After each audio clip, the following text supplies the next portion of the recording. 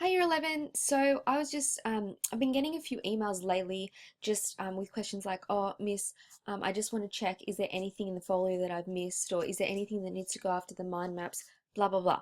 What I thought I'd do is, I mean, that's fine. And of course, I'll answer your questions, and that's what I'm here for. But I thought I would just put together a video that just goes through every single section of the folio so that if you're at home and you're thinking, oh, bugger, it's like, I don't know what time it is, Miss went right back right now, at least you have something to refer to that goes through all the stages. So let's go through. First thing you should have is the identification of the need. Obviously for this project it gives us the identification of the need, and then a lot of us have also written an extra paragraph which just talks about our particular motivation or something that leads into the kind of project we're going to do, as well as identifying our target market. We then should have our design brief. Again, that is already given for us, so we don't have to write that ourselves, although some of us are sort of messing a little bit with the design brief so that it relates more to our project. So instead of saying design and construct a toy/game, some of us are saying design and construct a doll's house. So we're making a bit more specific, which is fine. Okay, then we all should have the action plan. Action plan as well. It's given to us in the purple booklet. So we do not have to worry about making our own action plan this time. It's all given to us, it's all there for us. We just retype it out. And remember I said to put this extra column in. You can call it completed or you can call it evaluation, whatever you would like to call it. And it's basically where you say whether you've met the actions in each week, or if you're running behind, how you're going to catch up. It's pretty much a time management evaluation. So that's what that column's for. Okay, so that's that section. Then have section 2. This is where you should have your mind maps. You should have 2 mind maps. Now this is a bit out of order, but that's okay. 1, 2, and they should be evaluated with a lot more writing than that.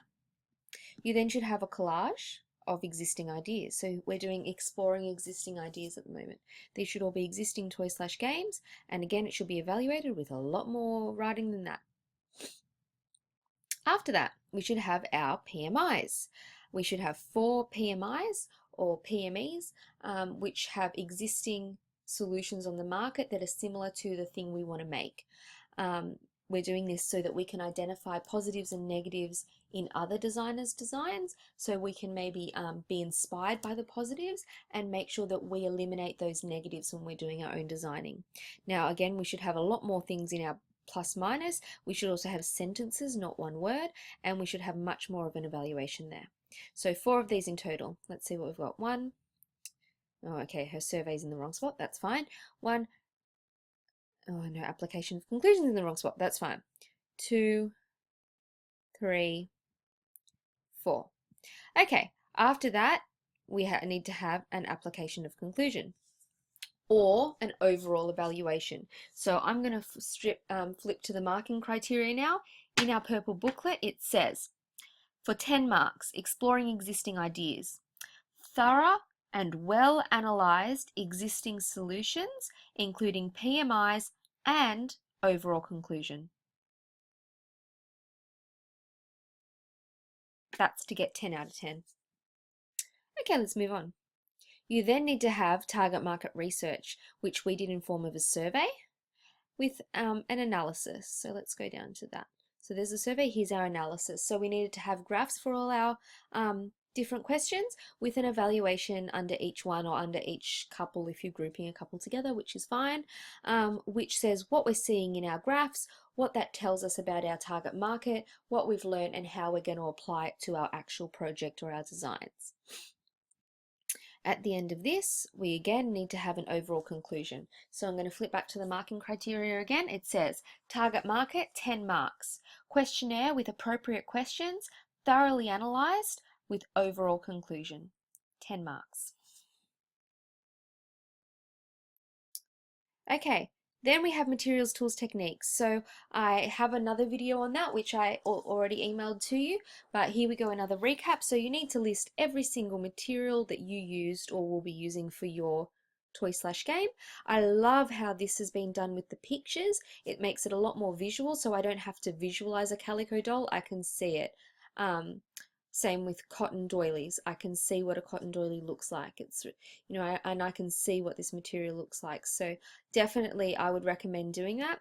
So we see this girl has put all of the pictures of her materials as well as the name of her materials. She said what it's used for, and then she needs to justify what's the purpose of using that particular material for her project and why it's good. And you would need to, in your justification, talk about why it's good in terms of function, in terms of durability, in terms of aesthetic purposes, maybe its quality, affordability, easy to locate, so it's available in local stores. So these are all things you can talk about when you're justifying each material.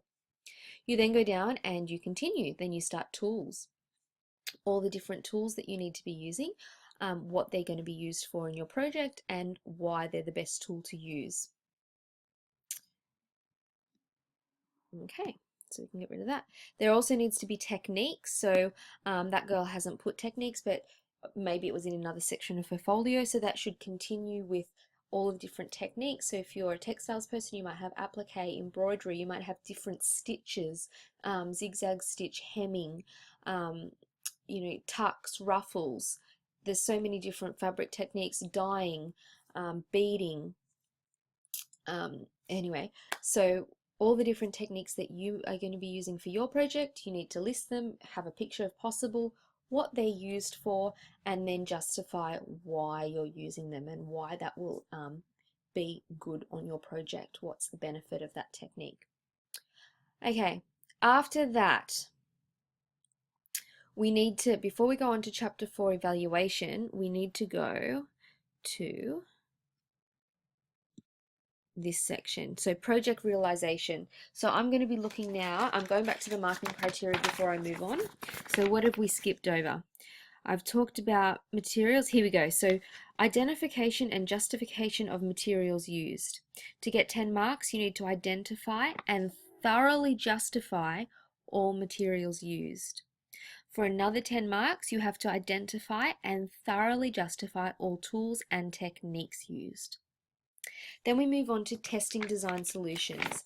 This is where we did this.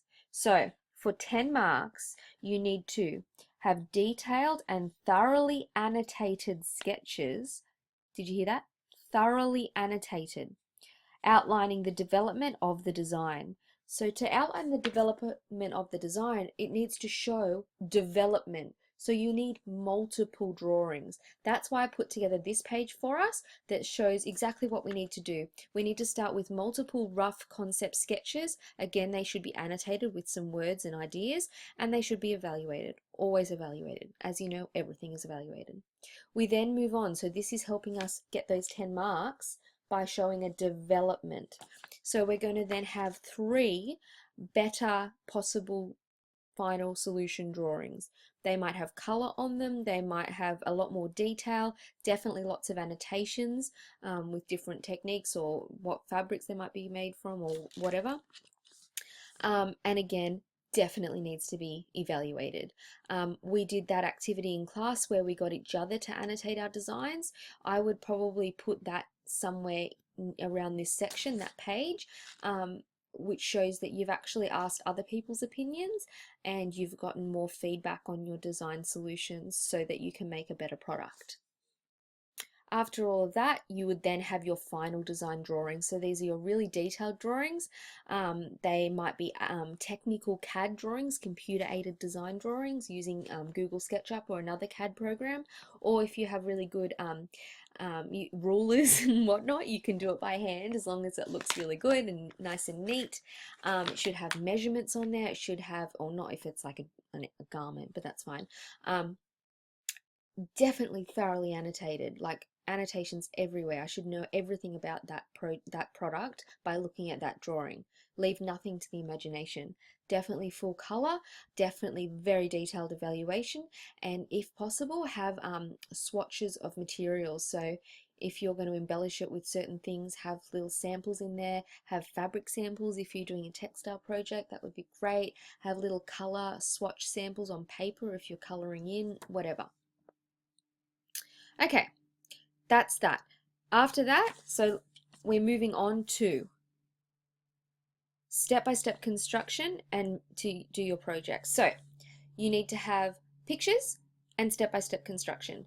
You don't need a picture for every step, but you do need a range of pictures that shows that you have made this whole project, and you also need to have step-by-step construction for every single step. You can see here.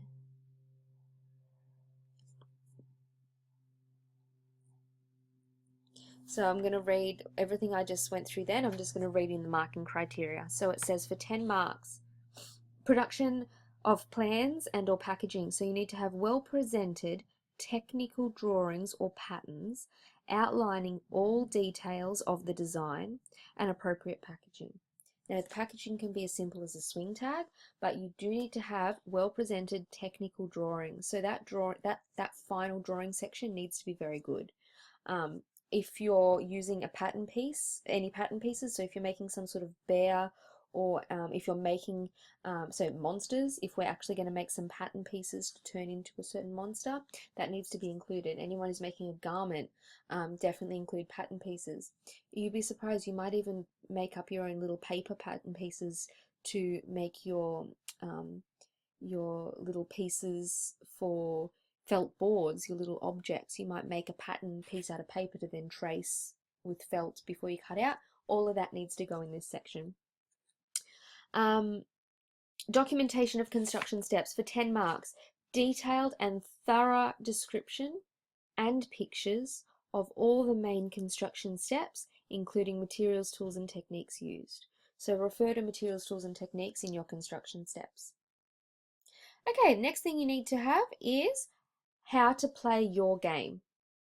So for 10 marks, how to play and or rules to play your game. Detailed and thorough instructions, emphasizing point of difference and innovative features. Include in appropriate and well presented manner. So emphasizing the point of difference. Why is your product unique? When you're writing down your description of your game and your rules and how to play, you need to have some sort of intro that emphasizes how your project is different from anything that's already out there and how it's perfect for your target market. You also need to include innovative features of your project. What's innovative and creative about your project? As well as obviously writing out all of the game rules and how to play and what the user does, etc., etc. The last section is your evaluation of function and aesthetics. So in the marking criteria, it says for 10 marks, analysis and evaluation of functional and aesthetic aspects of the design. Analyzes and critically evaluates the functional and aesthetic aspects of the project. So start with aesthetics. What are the aesthetic features of your design? So it could be the overall design itself. You might have an aesthetic based product, so it really is all about the aesthetics. Color is an aesthetic, texture, features, variety of techniques. All of these sort of things are aesthetic features. Timeless qualities. You need to evaluate how effective your project is at meeting these aesthetic requirements. Did you do a good job at it, or is it lacking? You then have to do functions. So function could be durability, it could be quality, it could be the ergonomics, the way the user interacts with the project. It also could be the purpose of your project. So a function of yours could be that it promotes learning, or it could be it develops fine motor skills or gross motor skills, things like that. Again, you're evaluating the effectiveness of your project meeting these requirements. The very last bit is 2 evaluations by 2 other people who might be in a textiles industry or work in a toy shop, or just as some sort of professionals that have the ability to evaluate your product and its effectiveness in meeting target market needs, as well as the overall quality of it. After that, all the extra marks just come from 10 marks for a good folio, just an overall good folio. A 3-minute presentation that you have to do in week 10. So it's just 3 minutes, stand up, have a PowerPoint because you need to include technology and just talk about your project. And then there's 80 marks that's allocated to applying a high range of quality practical skills in the development of the project. So having a high quality actual product is worth 80 marks. So that's actually the end. So I wish you luck and talk to you later.